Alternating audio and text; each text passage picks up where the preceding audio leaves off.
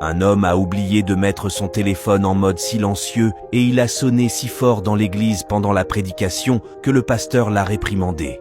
Les fidèles l'ont réprimandé après le serment pour avoir interrompu. Sa femme n'a cessé de lui faire des remontrances sur son manque de précaution tout le long du chemin du retour. Ce ami et ses connaissances secouaient la tête avec dégoût. On pouvait voir la honte, l'embarras et l'humiliation sur son visage. Il n'a jamais remis les pieds à l'église après le service de ce dimanche. Ce soir-là, il est allé dans un bar. Il était toujours nerveux et tremblant. Il a renversé sa boisson sur la table, la bouteille est tombée par accident et elle a éclaboussé certaines personnes. Ceux qu'elle a touchés se sont précipités vers lui.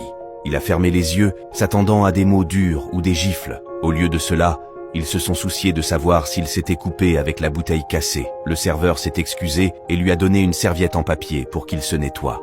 Le concierge a nettoyé le sol. La directrice a offert une boisson gratuite. Elle lui a également donné une grande étreinte et un baiser en disant « Ne t'inquiète pas, quel homme ne fait pas d'erreur ?»